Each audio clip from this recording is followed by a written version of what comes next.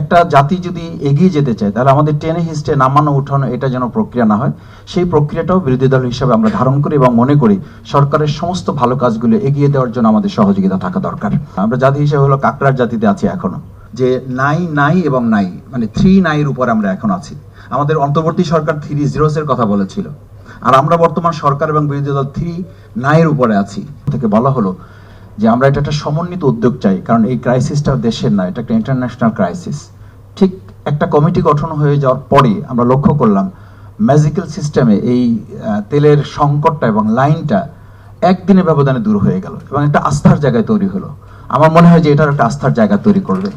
সুতরাং এটা অত্যন্ত গুরুত্বপূর্ণ যে আমাদের আলোচনার ভিত্তিতে কাজগুলো এগিয়ে নিয়ে যাওয়া, কে ছোট কে বড় কে 200-র বেশি সার্ভিস ও ফিচারে লেনদেনের সব বিকাশ অ্যাপে সম্ভব।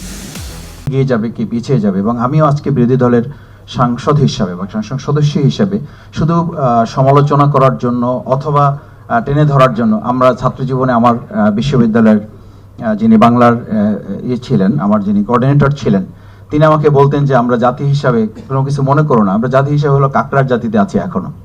তো স্যার বললেন যে কাকড়ার জাতি হচ্ছে এরকম যে একটা কাকড়া যদি তুমি পাত্রে রাখো তো ওটা বেরিয়ে যাবে, ওটার জন্য ঢাকনা দরকার হয়।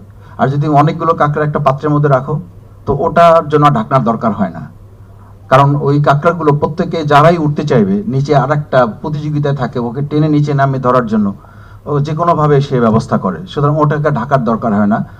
তো একটা জাতি যদি এগিয়ে যেতে চায় তাহলে আমাদের টেনে হিস্টে নামানো উঠানো এটা যেন প্রক্রিয়া না হয়, সেই প্রক্রিয়াটাও বিরোধী দল হিসেবে আমরা ধারণ করি এবং মনে করি সরকারের সমস্ত ভালো কাজগুলো এগিয়ে দেওয়ার জন্য আমাদের সহযোগিতা থাকা দরকার।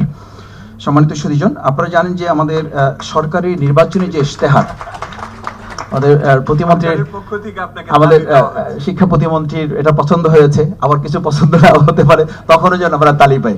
আমরা কিন্তু ওখানে সরকার বিরোধী দল দেখবেন যে আমরা তালিরও কিন্তু একটা প্রতিযোগিতা করি এবং হা না বলার ক্ষেত্রে আমরা একটা প্রতিযোগিতা করি। এটার মধ্যে একটা সৌন্দর্য আছে। এই টেবিল থাপড়ানোতে আমরা এমন হয় যে পরে এসে আমাদেরকে ওষুধ খেতে হয়, মানে হাতের ব্যথার জন্য। তো এটার আমরা একবার বলেছিলাম মানে আনঅফিসিয়ালি যে টেবিল থাপড়ানোর জায়গাটা যদি আরেকটু সফট করা যায় তাহলে আমাদের প্রতি একটু সহজ হয়, আওয়াজ কমে যাবে। তো আমি যে প্রসঙ্গটা বলছিলাম যে আমাকে সম্মানিত ফেলো ডক্টর দেবপ্রিয় ভট্টাচার্য উনি বলছিলেন যে এখানে সময় আসলে এটা খুবই গুরুত্বপূর্ণ, যে আমরা 1 মিনিট কথা বলার জন্য বহুবার হাত জাগে, ওটাও হাত ব্যথার একটা কারণ। আপনারা নিশ্চয়ই খেয়াল করেন টেলিভিশনে যে হাত জাগিয়ে আছে, স্পিকারের কোনো দয়া আমাদের প্রতি আমরা পাই না। তো সেই জায়গায় এখানে যে সময় দেওয়া হয়েছে, আবার এটাও ঠিক, আমি খুবই ছোট মানুষ, সাবেক প্রধানমন্ত্রী বেগম খালেদা জিয়া, তার কথা স্মরণ করতে হয় যে আমি তার থেকে উপস্থিত বক্তৃতায় ন্যাশনালি যখন অ্যাওয়ার্ড পেয়েছি, অর্থাৎ গোল্ড মেডেল পেয়েছি, উনি শুধুমাত্র তখন আমাকে বলেছিলেন যে ওর কি সময় শেষ হয়ে গেছে, মানে 3 মিনিট সময় উপস্থিত বক্তৃতার থাকে ন্যাশনালি। তো 3 মিনিট সময় যখন শেষ হয়ে গেছে উনি আমাকে বলছিলেন যে ওর কি সময় শেষ হয়ে গেছে, বলছে যে হ্যাঁ প্রাইম মিনিস্টার, উনি তখন প্রাইম মিনিস্টার, তো বলে যে হ্যাঁ ওনার তো সময় শেষ হয়ে গেছে, বলছে ওকে সময় দাও, ওর সময় থামানোর দরকার নেই, ওকে আরো টাইম বৃদ্ধি করে দাও। তো তখন বিচারক যারা ছিলেন বললেন যে এটা কাউন্ট হবে না, বলছে না কাউন্ট করার দরকার নেই, ও কথা বলুক। তো আজকে আমি মনে করি যে আমাকে স্লিপ দেওয়ার সুযোগ আছে, কিন্তু প্রাইম মিনিস্টার সাবেক প্রধানমন্ত্রী খালেদা জিয়া বেঁচে থাকলে হয়তো আমাকে স্লিপ না দিয়ে হয়তো স্নেহ করতেন। তো সেই জায়গা থেকে আমার 2-3টা কথা একটু বলে আমি শেষ করব। সরকার টার্গেট নির্ধারণ করেছে বর্তমান সরকার যে তারা 5% পর্যন্ত বরাদ্দ তারা নির্ধারণ করবে। তো সেই জায়গাটা আসলে কতটা বাস্তব, এই বাস্তবতার জায়গাটা আমি 2-3টা কথা একটু ছোট করে বলি। স্বাস্থ্যমন্ত্রীর সাথে যখন আমরা কথা বলেছি, তিনি একটা কথা খুব সিম্পলি বলেছেন যে মাসুদ সংসদ সদস্য মহোদয়, আমাদের অবস্থাটা হচ্ছে সর্বাঙ্গে ব্যথা, আমরা ওষুধ দেবো কোথায়?